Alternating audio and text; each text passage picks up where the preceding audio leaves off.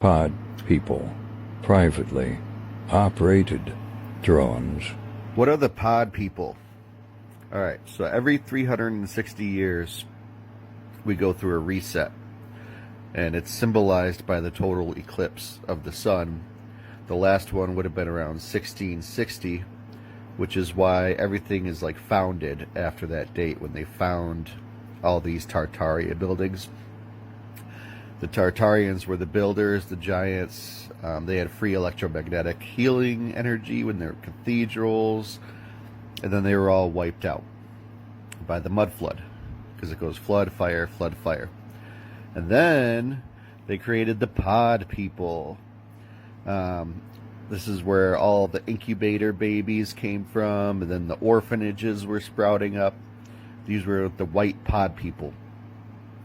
White fake people incubated in orphanages, then grew to adults, and they could reproduce about 10 times before they're sterile. These are people that follow all the rules no matter what. They can't think outside the box. Usually plain clothes. They do what they're told. They work, eat, sleep, church, reproduce. They're the archons. TV is their narrator. It's where they get their signal, and they follow the narrative.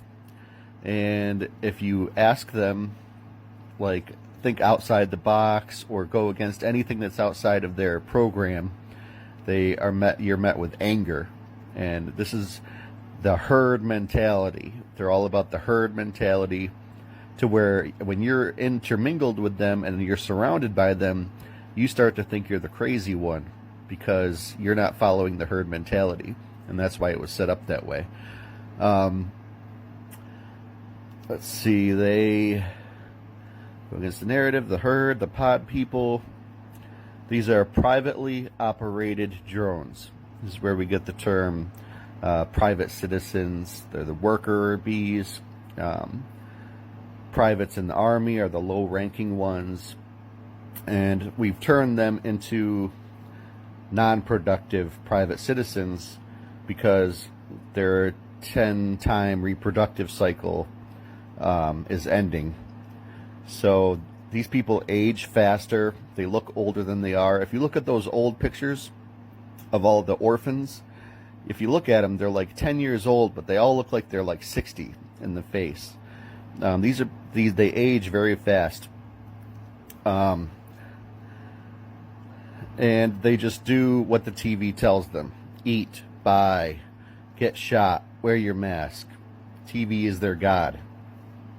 And they're used to influence the real humans who came over probably after, if you're creative, your family members probably came here after 1660. I know both sides of my family came here in like 1890. But they look old. When the rapture comes, it's just that their signal is turned off because they've turned into these non-productive, sterile, private citizens. And they're just the followers. You know, they're the herd. They're the sheep. And they're there to influence you and just be these private citizens, these pod people, privately operated drones. So, there you have it. Fuck off. Pod people, part 2. Who was here in 1571? Well, let's look up Benjamin Franklin, observations concerning the increase of mankind, and go all the way to the bottom. And what does old Benny Boy gotta say? Which leads me to add one remark, that the number of purely white people in the world is proportionately very small. All Africa is black or tawny. Asia is chiefly tawny. America, exclusive to newcomers, wholly so. America, all black and tawny. In Europe, the Spaniards, Italians, French, Russians, and Swedes are generally of what we call swarthy complexion. Are the Germans also. So, swarthy, dark-skinned.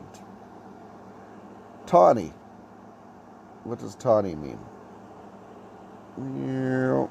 Yellowish brown color. dark yellow. So, Ben Franklin says this: everybody's black in 1751. So where'd they all go? Because in 1900, 1920, they're all white. Russia, Sweden, all tawny dark.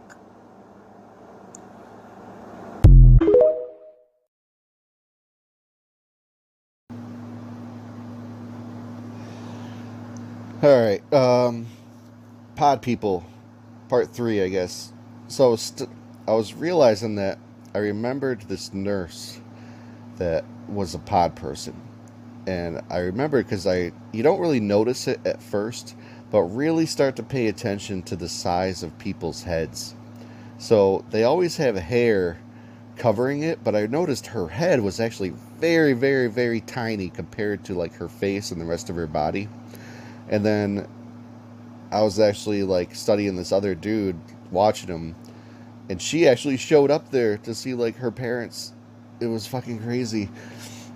So they always have blue eyes, microcephaly, so they have small heads, and that fatty apron, that stomach that just hangs over.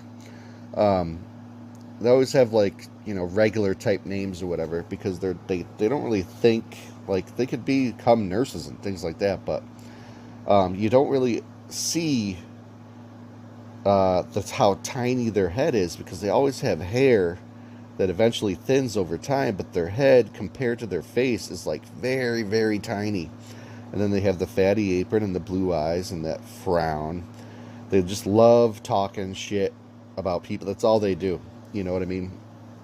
So when you talk to them about anything like other than gossiping or whatever, they really have nothing good to say. So it'll be like their yes, no answers, really short, and that's stupid, or they're dumb. It's always they're dumb. Blah, blah, blah, blah. But they love gossiping, newspaper, love that. They think potato salad is like an actual salad, but their whole life is centered just around food, TV, gossip. They're all collectors. Did you notice that? They all have like Elvis. Elvis is huge in their programming for some reason. Like puzzles, football, whatever. They love like game shows, like just simple things, like Blue Bloods. They always seem to be from the South. Their house is always entirely too hot. Always on tons of medications. Always have some sort of like Navy background or something, like wear a Navy hat. But it's almost like a stolen valor every time. Like they sort of just use it to be like, oh, look at me, I'm honorable, and I don't know. It's like a weird dichotomy. Always have some sort of sob story, like, oh, I got a knee injury, but you can't really tell from front on because of the hair that the DNA has is covering to this small head, but it's like the Homer Simpson, like the hair covers it so you don't see how really tiny the freaking head is compared to the rest of the body. And these are the privately operated drones. These are the private citizens. They all have microcephaly, the fatty apron, and they just have that. They're genetically human, but they were like just created to be worker, consumer, dumb, collect these stupid trinkets that mean nothing. So that's a little thing I noticed with the pod people. What else do I got? All right, so I was going to talk what I realized about the electromagnetics around our body. Now in school, I remember they told us in anthropology class that the hair on your lower back grows upwards because we are the aquatic ape. And like when you think about it, you're like, how much time in the water would you really have to spend for your hair to actually grow upwards against, you know what I mean? So I started looking at the hair in my body. So my hair grows down in the center of the chest, and then out this way, and then out this way. And then here's the center, and then in the belly, it grows inwards this way. And on the thighs, grows outwards that way. And on the forearms, it grows out that way. So, and then the back of your head is the whorl. the whirl, okay? And that's because it's the static electricity that's swirling around the back of your head. This is your connection to source. This is your all-seeing eye, the thing that records everything, your subconscious. And so the electromagnetism of your body, because we're all electromagnetic robots, flows this way, out down the chest, and then out through the arms that way. It flows out. And then there must be another one coming from above that goes through the stomach, comes this way, and down, because while your thighs hair grows out this way. So there's almost like an X going through the center, swinging around, and then there's another one coming down this way. So I thought that was pretty cool. Something to think about. Thinky. Trying to figure out. Alright, yeah. That's just man, woman, land, water. So, light bringer. Everyone's like having a problem. Oh, Jesus is the morning sun, and Lucifer is the morning sun. Oh, we don't know what's going on. So, yes, Venus is Lucifer, the light bringer, because he brings the light, because he comes up before the sun. So the sailors knew that when they saw Venus, which looks like a star, but it's not a star, okay? It's a planet that looks like a star. So Lucifer is the liar, because he looks like he's a star, but it's actually a planet, Venus. And the sun is the true morning star, because his sun is a star, and Jesus is the sword bringer. I came to bring the sword, because the light looks like that in the morning, and then in the evening like this. So swords up is war, which is the upside down cross, and the sword down is peace. And then the sun reflecting off of the water is him walking on water. But James the Just was the real version. And Jesus had 4 brothers. The 4 brothers are the 4 cardinal points of the zodiac. And you have Jesus versus Venus, and Jupiter versus Lucifer. Jesus is Venus, Jupiter, Lucifer. Positive, negative, optimist, pessimist, dominant, recessive. And these are just like wordplay. No wing is no wing, like a demon. Elohim is below him. Lowered is lower red, root chakra, whatever. It's just like for rest. The try, the trick. Try the trick. This is turning on to off. UN, so opposing polarities of your magnet, the C magnet there. God is grounding energy, because the lightning bolt hits the ground. There's nothing. This is Satan. This is electricity, a destructive, chaotic, depolarizing force. And then once it hits the ground, it cannot hurt the ground, so it can never beat God, because God will always ground the energy. You have magnetic sun, M-A, Mason with the G, just put it in the center, it's magnetic sun. Eastern star is mass stars. You just take the E, turn it to an M, take the N, turn it to a Z, and put the star and the Eastern together, and you have mass stars. These are the true, a lot of times they're in control, and it's not the guys. And, oh, this is a witches battle that I didn't realize I was in, that I was the victim of, when these two were like, let's do a little witches pact and see who could get him to fall in love with us first without using magic.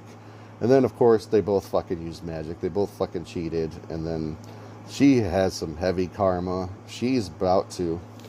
But I just went through, and once I realized everything, I realized what they were like actually doing the whole time. So when she tried to put the love spell on me, I really wasn't in love, just like her husband, which is why she got huge karma once the husband finally left. And there's like certain things to do when you like, I don't know. It was just like crazy how she was like, "Oh, you really like him. You really like him," to her husband. So her husband wouldn't get mad that she was coming over to my house and cheating, and then she ended up, love spelling him to be in love with me. It was a whole fucking fiasco.